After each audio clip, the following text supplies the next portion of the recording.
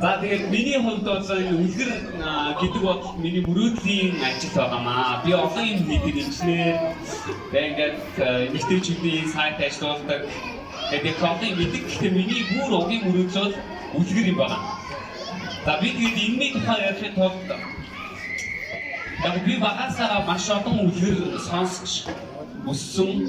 Тэгээд би хөгшин болохоор үлгэр ярих тийм өвгөн болно гэдэг ийм л мөрөөдөлтэй хөө.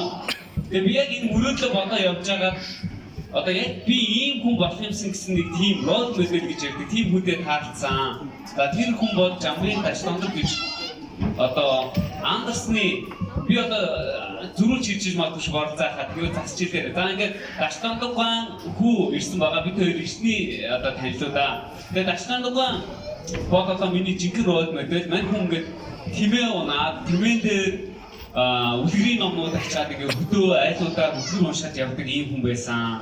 Өөрийнх нь зохиосон чулуун давг гэж үлгэрийг одоо хүүшийн тэргүүн хатагтай зөв те хүүшийн тэргүүн өдөртөө одоо англи хэлээр орчуулахыг тэмцлэг үзүүлж үргээд англи хэлээр гарч исэн.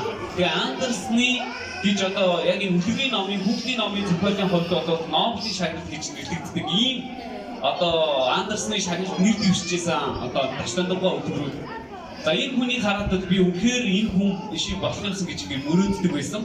Даанч би инженер хүн учраас үлгэр зохиож чаддаггүй байсан. Би үнэхээр одоо ч одоо энэ зохиос нэг жоохон болж байгаа. Гэхдээ 2013 онд би үлгэр цэгмэн гэдэг нэртэй энэ үлгэрийн вебсайт хийсэн юм а. Би инженер болохоор чаддаг юм аа хийсэн. Өөрөөр хэлбэл миний мөрөөдөл бол бүр энэ бол миний зүгээр л энэ жил хийсэн зүйл биш ээ. Хэдэн 10 жил мөрөөдчихсэн. Тэгээ манай гэрийн номын сангийн 1000 гаруй номны 10% орчим үлгэрийн ном дандаа миний цуглуулаад ингээд үлгэр хийхийг мөрөөддөг хүн өнөөдөр ингээд мөрөөдлөө биелүүлж байгаамаа. Гэхдээ яагаад үлгэр вэ гэж Альберт Эйнштейний нэг хэлсэн үг байдаг. Чи хүүхдээ ухаантай бол та хүүхдээ ухаантай болгоё гэвэл үлгэр уншчих. Илүү ухаантай болгоё гэвэл илүү үлгэр уншчихөө гэсэн. Тэгээ би энэ яг өнөө эсгийг би ингэж шалгасан гэсэн чинь Америкийн Конгрессийн номын сан шийдсэн хүний тэмдэглэл юм билээ. Альберт Эйнштейн Конгрессийн номын сангаар зочилсон чинь өөрийнхөө хүүг одоо тань шиг эрдэмтэн болгомоор байна. Та ямар ном унших зүгтгөө гэсэн чинь Альберт Эйнштейн үлгэрийн ном гэж хэлсэн байна.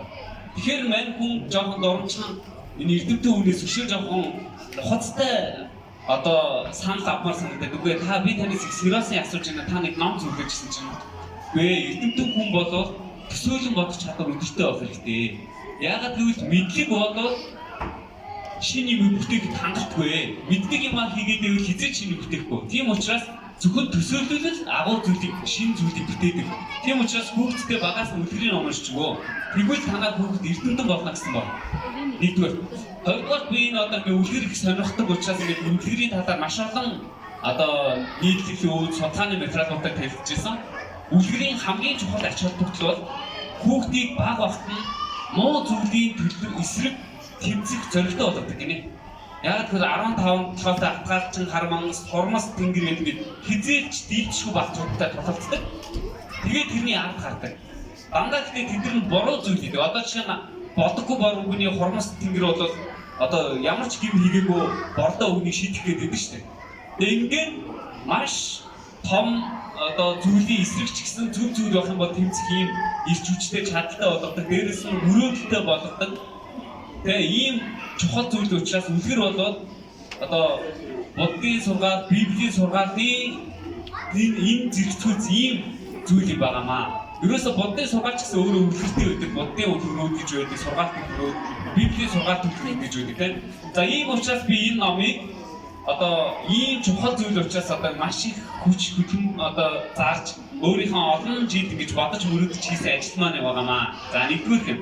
За би дөрөв юм яриа. Хоёр дахь нь мөрөөдөл.